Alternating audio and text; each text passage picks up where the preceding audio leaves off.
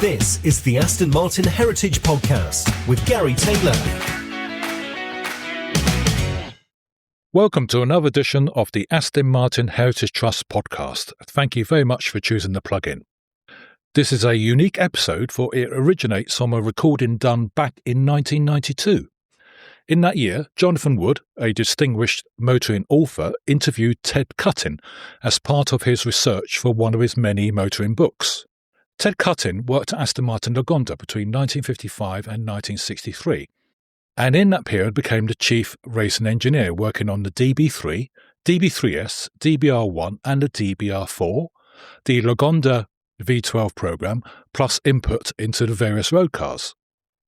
It is great to hear Ted mention various names from the past, including John Wyer, Claude Hill, Frank Feely, David Brown and many more. The original recordings were supplied by the Michael Sedgwick Memorial Trust, and we do thank them for these. These were recorded on cassette tapes and not of broadcast quality, and they also have an abrupt start and finish. However, the technology of today means that these recordings can be polished and streamlined into a very presentable audio output. Spread over 2 separate podcasts, this episode looks into Ted's early career before Aston Martin, how he joined AML, his work colleagues, and work done on the DB2, DB3 and many more.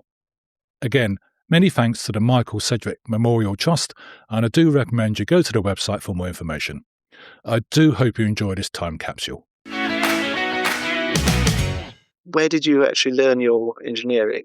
Well, I won a scholarship in 1940 to Kingston Technical School, Yes. and we lived in Baths, and I had it was a 2-year course. And then after that, I went to the KLG Spark Plug Company, and at the age of 18, I went into the Navy. What subject? What, this mechanical engineering? Oh, mechanical engineering. Yes, sure. I was hired they didn't have apprentices in the war. They had trainees, and I started as a millwright.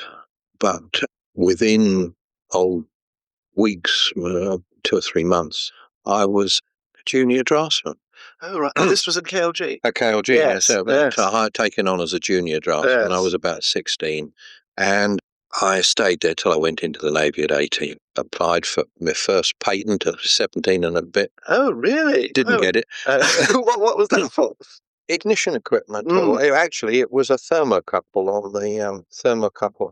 on the Bristol Centaurus engine. And then I was only in the Navy a little over a year because I failed flying school and came out of the Navy and went to work for a couple of refrigerator companies in succession.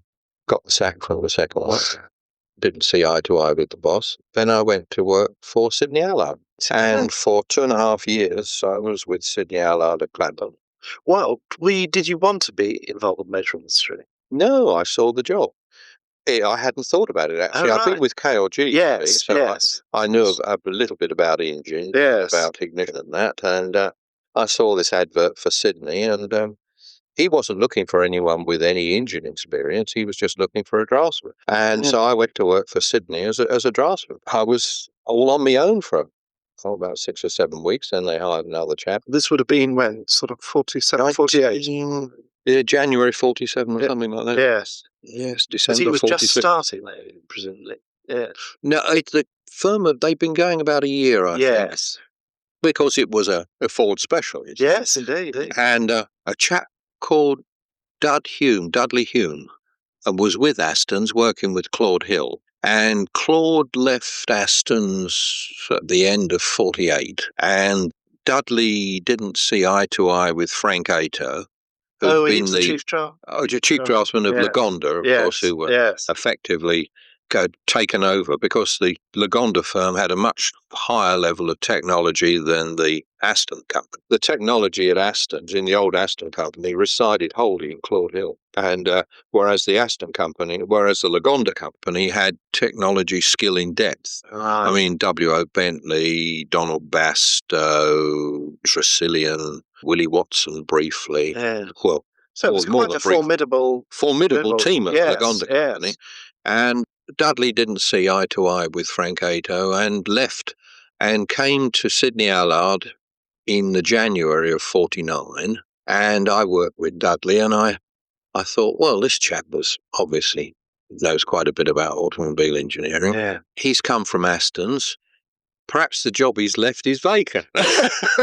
So I wrote to Frank Aco, asked if they got a vacancy, and sure enough, they had. So I joined them in March 1949. Oh well, it was. They weren't actually. It wasn't a result of advertisement or anything like Oh, that. no, It was just no. purely thought. Well, I thought if created a vacuum. Yes, if Dudley's left them, there might be a job yes, there. indeed. And here am I with 2 years of experience, 2.5 years of experience of working for Sydney Allard on Ford Specials. Yes. I know my way around a motor car Yes. now.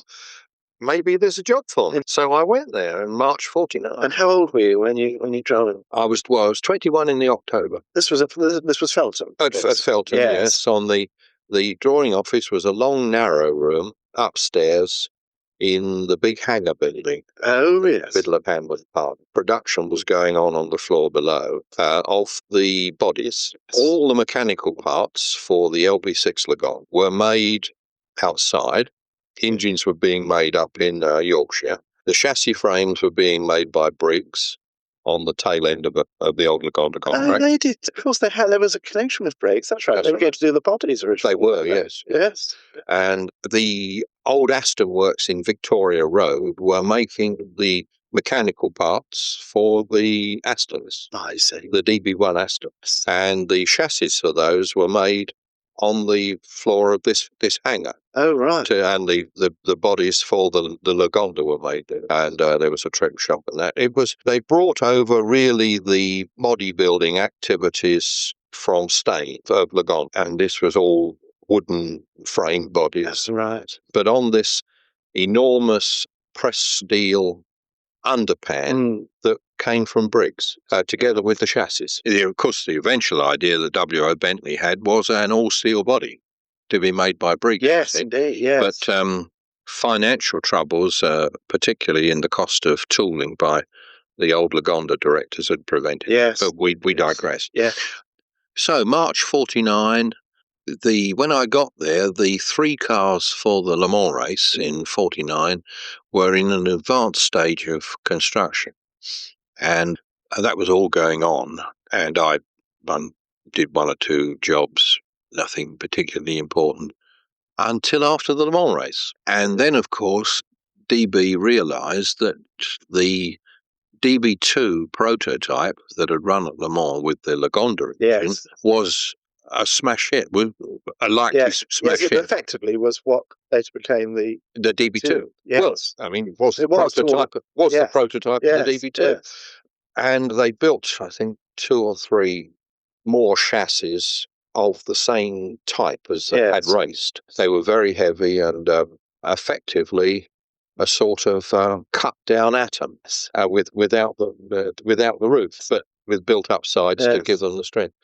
It was about the August, I suppose, of 49. They gave me the job of doing a new chassis frame for the DB2. My word.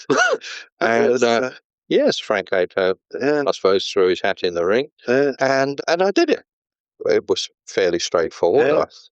I took a look at the Aston prototype and a look at the Lagonda LB6 chassis, which was a Crucible, and I cut out all of the awful cross members of the DB2 prototype. Yes. This thing that really had been designed by Claude Hill and Roy Lunt. Roy Lunt was still there in March 49. He went to Jarrett later, didn't he? That's right. Yes, He left us round about the time of the Le Mans race, so round about the June or July. Yes.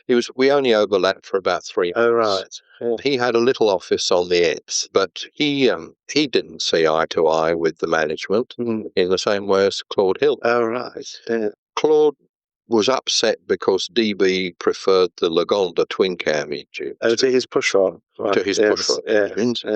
That amongst others. And Roy, I think, was also had ideas of his own which he wanted to put into practice. And he lost the technical argument. All right. And he wasn't prepared to go along with the the technical argument, and another opportunity came up, so he went up to it. Yeah. Roughly how many draftsmen were there? In the main drawing office, there were, I should suppose, about a dozen. Oh, right.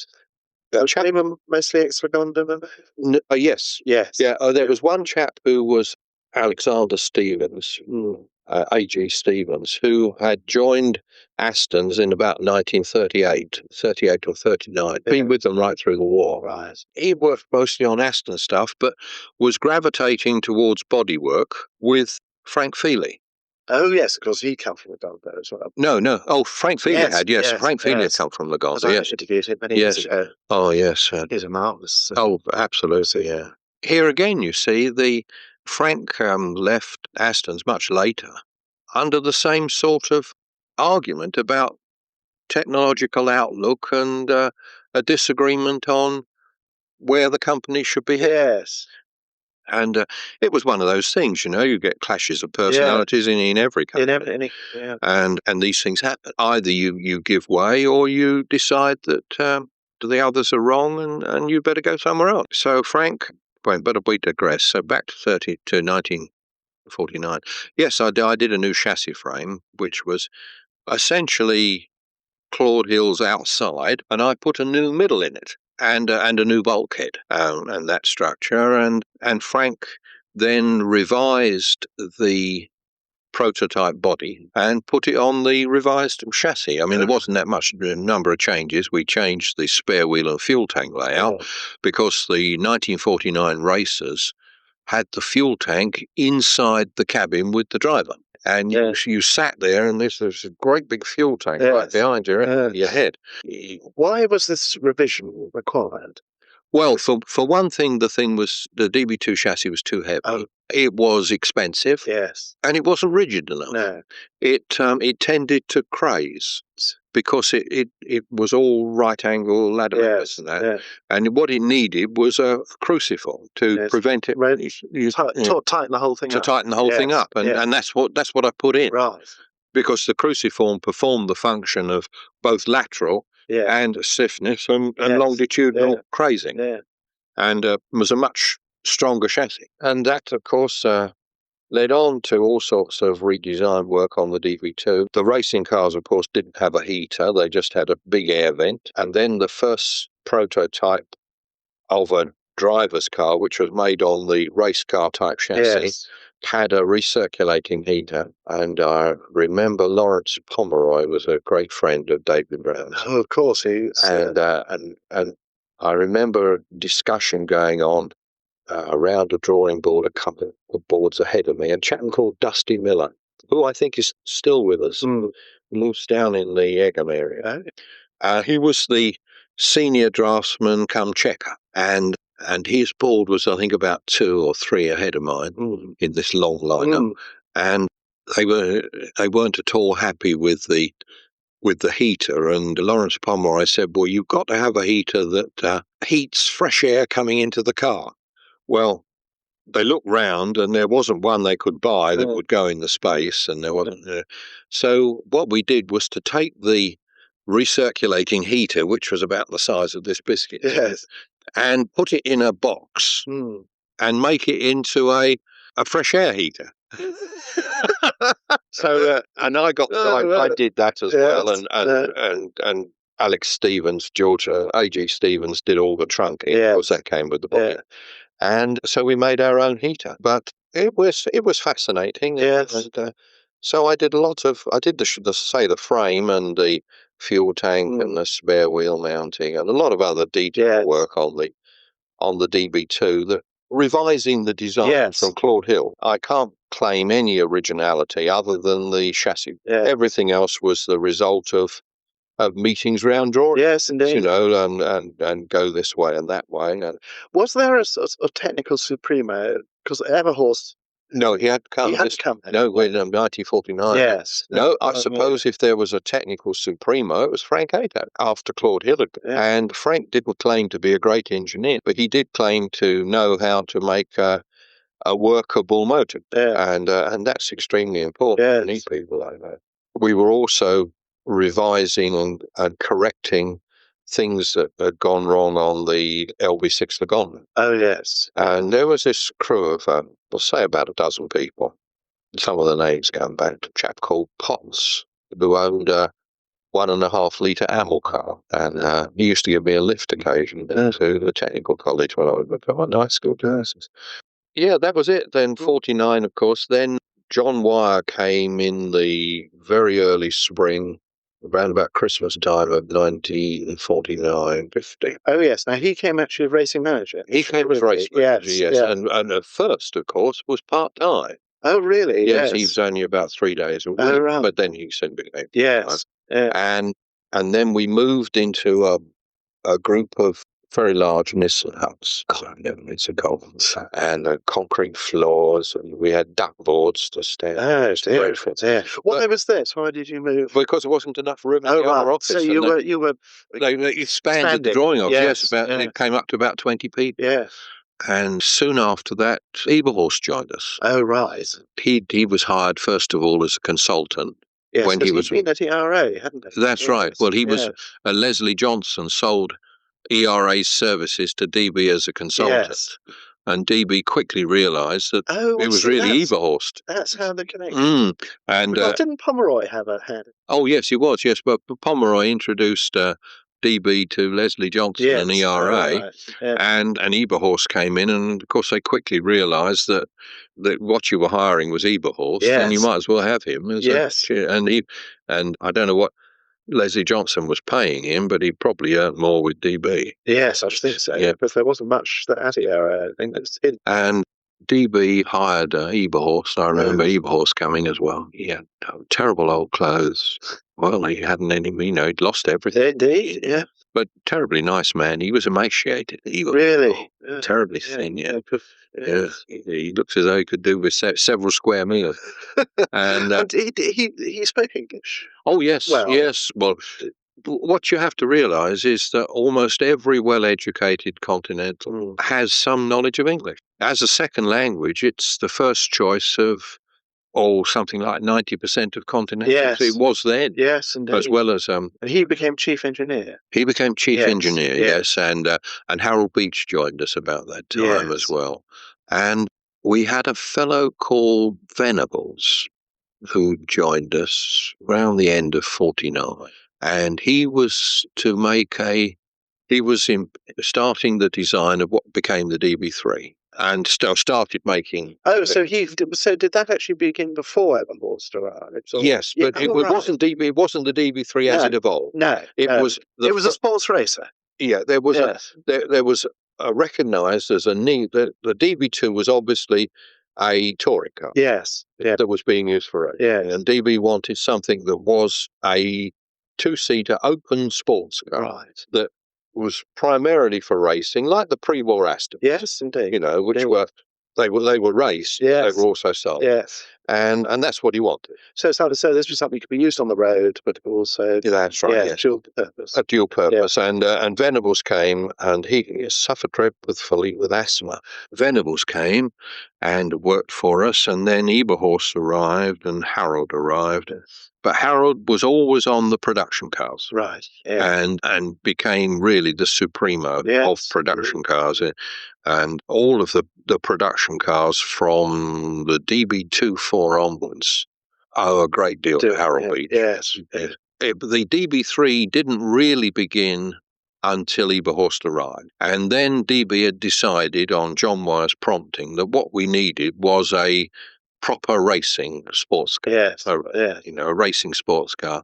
And the production inside of such a car should come afterwards. Yes. In other words, let's build it and race it and then productionize it if it's sailing. Yes. All right. But first, prove the concept. What we need is a racing car. Yeah. The racing car will sell Astons, the DB2. Yes. And that's what we need. So in 1950, we started on the DB3, and I worked with Venables. I don't know who the other fellow was. Alex Stevens, A.G. Stevens, is George Stevens, did the body. Yes. With Frank Feely. And I worked on the rest of it. This fellow Venables did the front suspension.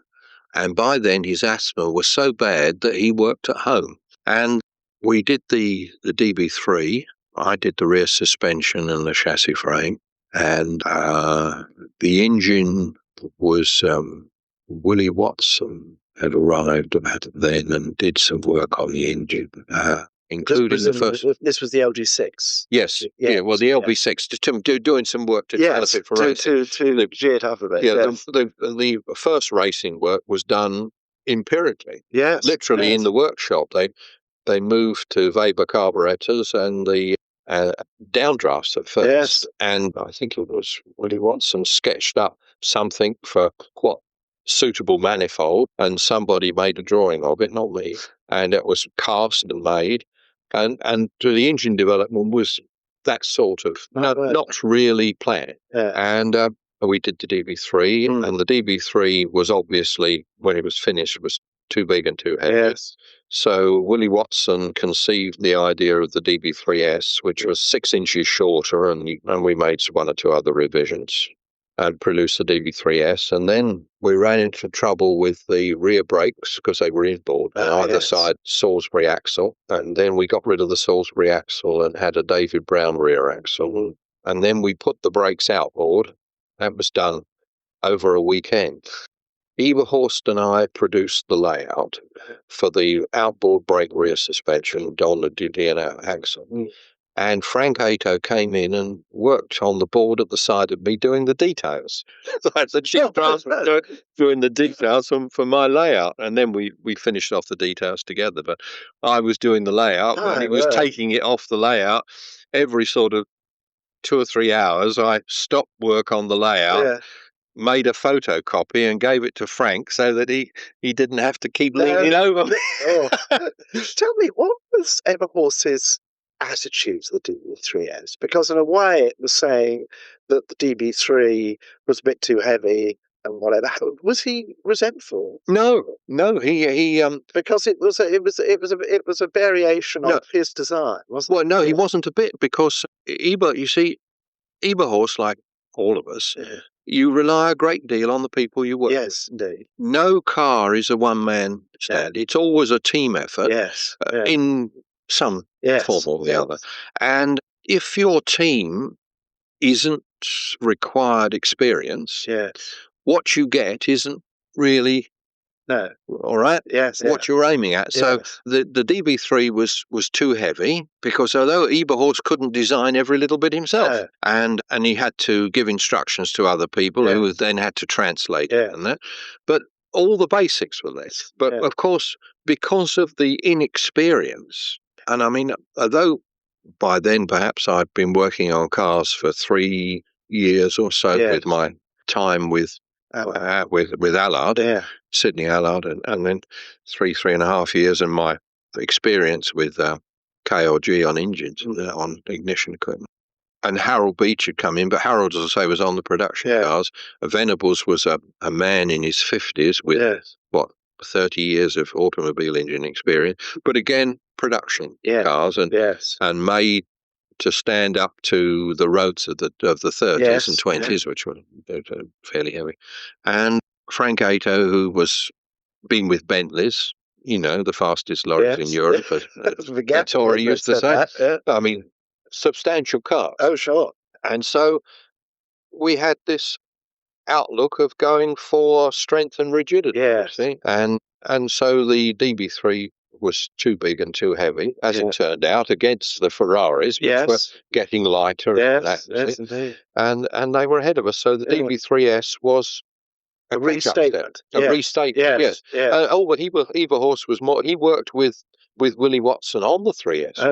Watson was reporting to him, and in the same way as Harold Beach and I were. There were 4 people in the drawing office who were the design team. Harold Beach, myself, this was the order of the drawing board. Harold Beach on number 1 board, me on number 2, a chap called Frick on number 3 board, and Arnold Perkins on number 4. And Brian Clayton was there as well. He come about that time from Lagonda. Sorry, he'd stayed at the Lagonda works. Because that came Petters, isn't it? That's right. Yes. He was working for Petters and for somebody else who because he'd spent some time during the war on the design and development of flamethrowers.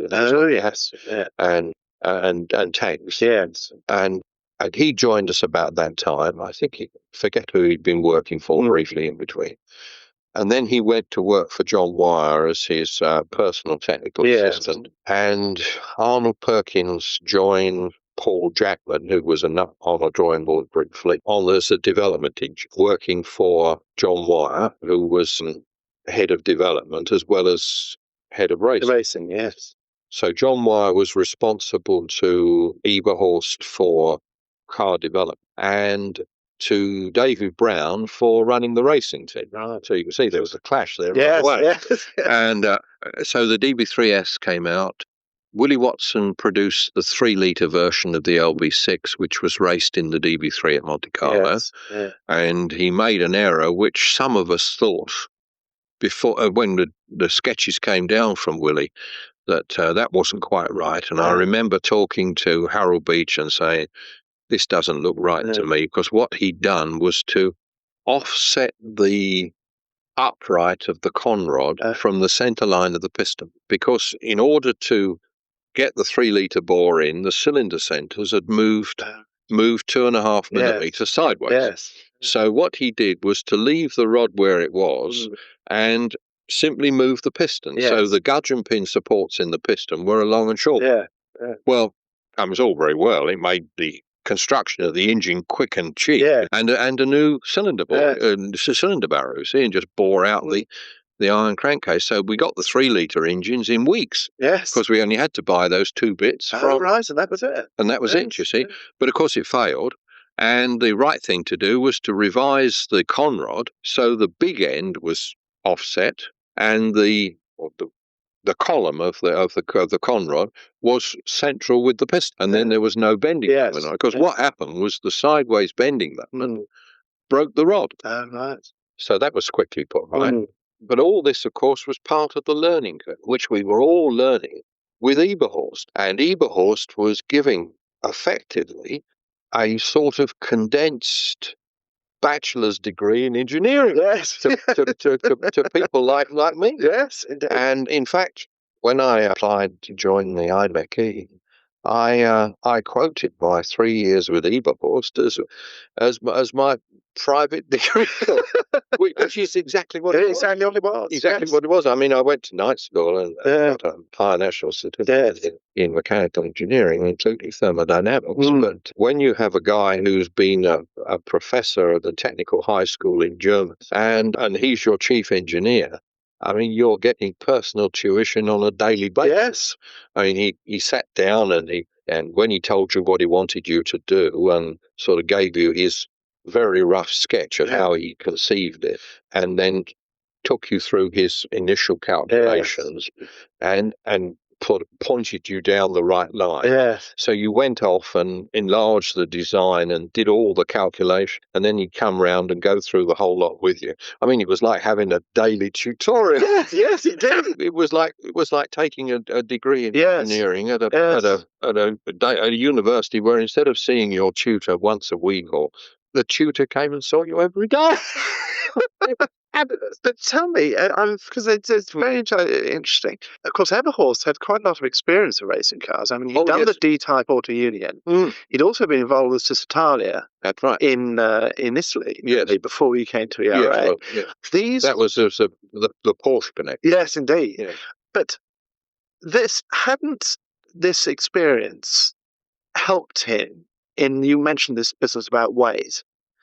Hadn't those been disciplines for him? Yes, they had, you see. But what you have to remember is the manufacturing facilities available. The manufacturing facilities available to Auto Union were colossal. Yes. All right. There was nothing they could not do. They worked to aircraft standard on those pre-war races. Yes. They were built like a fighter plane. Yes. Like the Schneider trophy plane. Yeah. And that was the standard. Same at Mercedes-Benz. The facilities were enormous. Yes.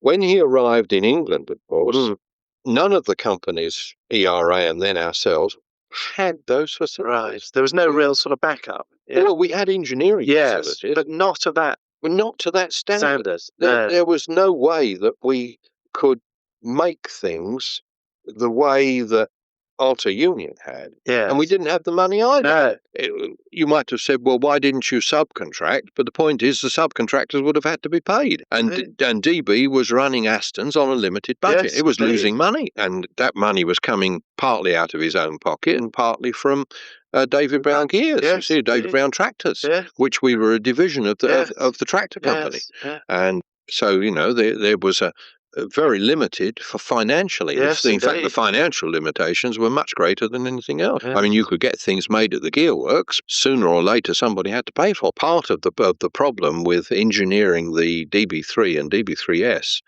was the financial constraint. Yes. And these carried on right through the whole time we were at Right. Aston's. Yes, so it's a constant constraint. The Mercedes-Benz arrived in 1954. Mm. Space frame cars had begun to come about. Yes. When Mercedes arrived in 54, and I remember being at the British Grand Prix in 1954 and 55, and going to the Mercedes garage at Brackley with John White, Right. and meeting Uhlenhaut, and being allowed to take photographs of the stripped Really? Mercedes. Yeah. And they had all the bodies off. We were able to walk around, and they hid nothing from us. That extraordinary confidence. Of course, he was a bit Anglophile as well. Yes, but Eberhorst had left us. Oh, yeah. And he probably thought that we weren't capable of producing something like a Mercedes-Benz. Yes. And of course, he was probably 75% right. I mean, we didn't have the Mercedes-Benz had sunk a lot of money into the cars. They had realised that this was going to be their advertising budget for 54, 55, probably 56. And that the advertising of Mercedes-Benz would be done by the Silver Arrow. Yes. I mean, they churned this in 50 when the Gullwing car came out. Yes. I mean, the publicity was enormous. Yes. They didn't need to run adverts for Mercedes-Benz. And it's still probably doing its stuff because the one that people always remember. That's right, yes. And the Uhlenhaut let me photograph the, was it 196? Yes, W196. Was that I think so. That was the racer. That was the 2.5 litre or the straight? And then the 3 litre. I saw the 3 litre for the first time at Le Mans, the sports car. Yes. And later on in Italy. It was the Grand Prix car, and we talked to him about it and looked around it and that. And then, of course, after the Le Mans race with the big accident and Mercedes-Benz withdrawal, we went back to 55 days. Yeah. We went back to Aston's, and John Wire offered me the job of chief designer racing cars with my own team. And Alex Stevens joined me, A.G. Stevens, Steve, and I got 3 other fellows in from outside. Yes. They were all good mechanical engineers. None of them had any automobile experience, only Steve and I. But of course, we had the rest of the place to call on. And Tadek Marek had joined us in, I think, 54 and had redesigned the LB6 engine for greater production, ease of production, and got rid of a lot of niggling problems that it had, designed them out. And that, I think, became the DBA or something. And Harold, of course, he and Harold were working on a car that was known as Project DP114, the armoured car. It was going to be the DB4. Oh, right. And it was a big platform, a big punt chassis. Yes. Not too far away from the concept of the Volkswagen. Oh, you know, the Volkswagen, the body was welded. Oh, indeed. This sort platform chassis. Yes. But it's punch chassis. Yes.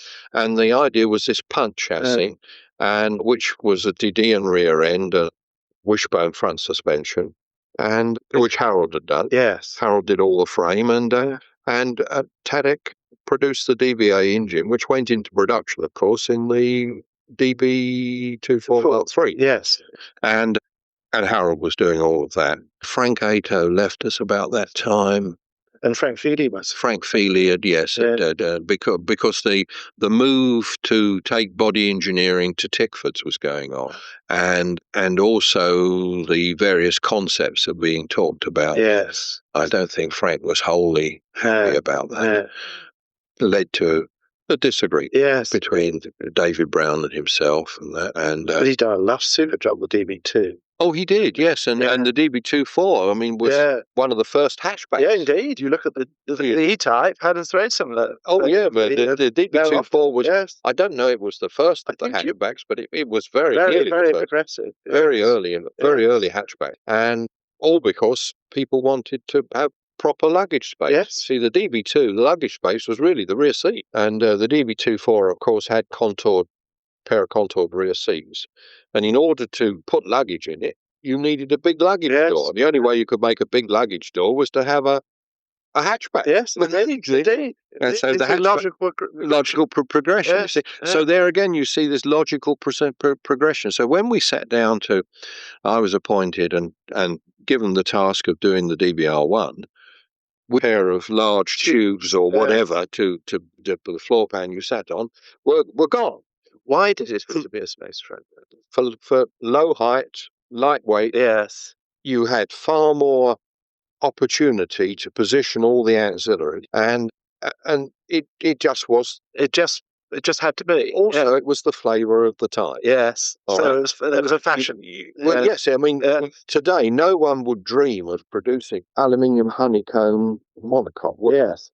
Yeah. And you lay it up with resin, carbon fibre, and Kevlar, and knows what, and cook it in an autoclave and produce a fabulously strong structure. And that is the flavour of the times as well. Was this something you were particularly interested in, or was it suggested that you were pointed in that direction?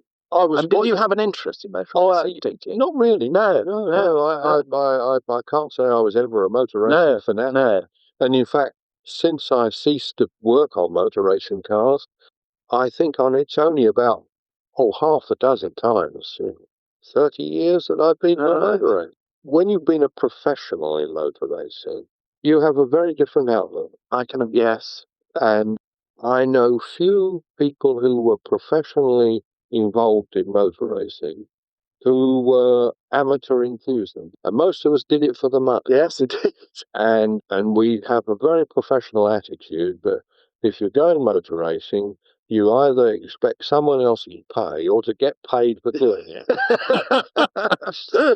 So I worked on the DB3, the DB3S, the V12 Lagondas, which I did most of the detailed design of the chassis of, again, under eager horses. Yeah, because there was a space frame version of that, wasn't there? The V12. Yes, which was conceived by Willie Watson, and all the detail execution was done by me. And that was in 1955. Yeah, so this would have been before you started on the R1, before I became chief designer racing. Yes, because so that would have been the first one. Yeah. Yes. Willie Watson had been largely sidelined by this. Yes, because that was an awful lot of money must have gone to that V12. Oh, he did. I mean, thousands. Yes. If the money that went into the V12 had gone into redesigning and developing the 3-litre LB6 into a new engine, a more orthodox engine. In other words, what became the 3.7-litre 6-cylinder DB4 engine, if that had been moved in that direction earlier, then I think the LB6 would have been a terrific car with a bigger engine. And we undoubtedly would have grown out of that into something else, because we worked with the things like the so-called brown bomber. But all of this was part of the learning curve. Yes, indeed. And it was the learning curve not only for people like myself, but also to Harold Beecher, though he was very experienced. We were all learning. And Tadek, of course, brought another lot of experience with him, another dimension with him. And it was David Brown, too. David Brown wanted a V12 to compete with Ferrari, and he didn't get it. he got a dog instead. The summer of 1955, we finally had a team of people who were capable of producing a proper car. Myself on the racing side, Tadek and Harold Beach on the production, and John Wire as our Supremo. We knew what we wanted, and we knew how to do it, and we finally did it. I mean, we took a bit of time to sort out all the bits and pieces, but you don't produce production cars overnight. I mean, when did the DB4 come out? 59. 59. Yeah, 59. Yeah. And But that was nearly 4 years. Yes, indeed. In the gestation, and that, of course, was completely new as well. That's right. Never carries over at all. No, in fact, in 1955, before I began the R1, when we were walking around talking about what a new car would be like, which was started in the spring. I didn't actually start drafting until we came back from Le Mans, but Tadek had moved into an office with Willie Watson was there as well, and Tadek had started on what was to be the DD4, which was iron block and alley head. And Willie Watson wasn't happy with all this, and the upshot of it was Watson left. But I was left with the R1. It was agreed, because I was a party to it, with John Wire after he talked to David Brown. But John had already got the gearworks in 1954, started on designing a new transaxle gearbox, I think, and which I knew about, but I wasn't really consulted. And this, of course, became available to us in the late spring, early summer of 55. Right. And what was this? Well, it was this function. We all agreed that what we wanted was a car based upon the then Mercedes theorem of a dumbbell. With weights at either end. Today's cars are weights in the middle, which is the auto union. But the Mercedes theory of the time, and it still is right for a production, is have your masses at the ends, because the car is so much easier to drive. I mean, if you've driven a Porsche 911 and a Porsche 9, the one with the front of rear. Oh, the 928. 928. Yes. They're very different cars. Yes. To get the best out of a 911 and its derivatives, you've got to be an expert. And in fact, Porsche run driving courses for people who buy the more exotic versions of the 911. Yes. Because they are like driving a racing car. Yes. They're essentially oversteerers. Yes. The rear engine car was still, only really apparent in the Coopers and the 500cc's and the pre-war Auto Union and the Porsche. Anyway, the R1, we sat down and we drew up the specification: dry sump engine, aluminium block. And was this aluminium? Was this something new again? Yes, because we'd had an iron. He had the R1. The 3S has still been the barrel crankcase with an iron block. You see, right through to the end of the DB3S, and it was still in production. Marek's first essay into the DB4 engine was an iron block as well. And he and I went round at motor show time that year in 55, trying to find somebody who would cast the block for us. And John Wire was joining in as well. Couldn't find anyone. And we ended up at Midland Motor Cylinder Company. And they said, we can't do it. Why don't you do an aluminium block? We know that Birmingham Aluminium Company, who was their sister company, have plenty of spare capacity and would love to do it for us. And Tadek was quite miserable about this because he'd never done an aluminium block. Neither had I, but I was blissfully ignorant. And we left Midland Motor Cylinder as Smethwick, and we drove to the Bear at Woodstock, and we had a bloody good drink and a bottle of fairly expensive to drown our sorrows, because we both knew that we were facing an unknown challenge. And then we came home. Tadek phoned up John Wire and told him the news, and said that Ted and I have had a raise your spirits dinner. And the bill is X. John sort of gulped over the phone and said, all right. Anyway, I then, did an aluminium block.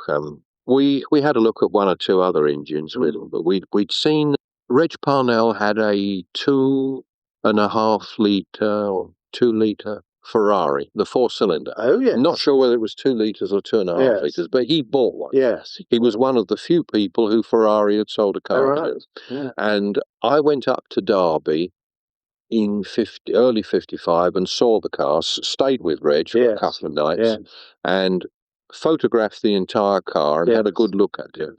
And I thought it was an awful idiot, but it gave me a lot of pointers on how Ferrari had approached an aluminium block. Lots of external pipery for oil and water and rubber joints with Jubilee clips and things, which I didn't like at all. I believe everything should be inside.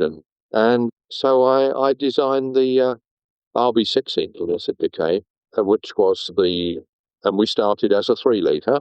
And so to speed up the engine design, we kept the bore and stroke of the 3-litre, 83 by 90. Yes. We knew that we could do wet liners, Yes. that size, Yes. and we had cranks and rods and piston, and we had a cylinder head, the 60-degree aluminium head, you see.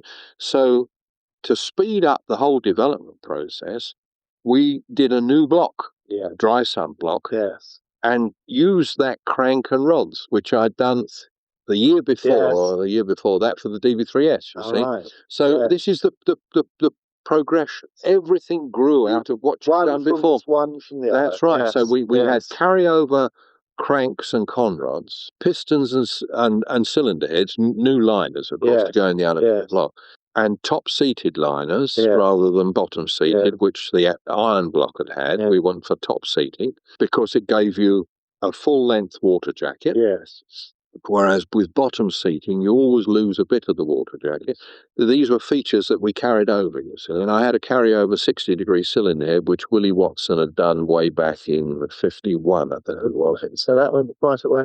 And presumably the reason was the use of an aluminium cylinder block solely for weight.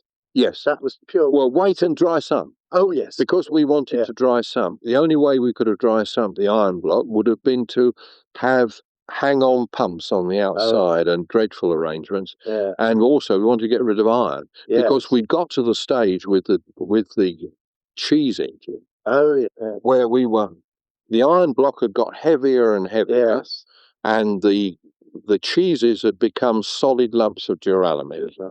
In order to drop the crankshaft with its cheeses in, you put the block in boiling water, lifted it out of the boiling water, put it on the bench, quickly dried the holes and dropped the crank. Yes. And then it all sort of locked up. That's right. Yeah. And sometimes you had to put the crank in the refrigerator, or as Jack Sopp did, he had a big cardboard box with blocks of dry ice to cool down the crank and cheeses so you could get it in to a hot block, and then the whole thing gripped. And what we were at the stage where was our fully machined out of the 6-inch billet crankshaft was holding the engine together.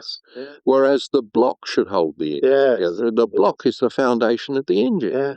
And so doing a new block, although we went to aluminium, we were producing a very much stiffer block of traditional construction. And the block was so stiff that I used the block as part of the chassis frame. The engine provides the torsional stiffness for the front end of the car, and the back of the car, at the end of this bit, the torsional stiffness is provided by the transaxle. I see. All right. Yes. So the space frame without the engine and without the transaxle is stiff in the middle, both torsionally and in bending, but relatively flexible in torsion at either end. Although it's very stiff in bending.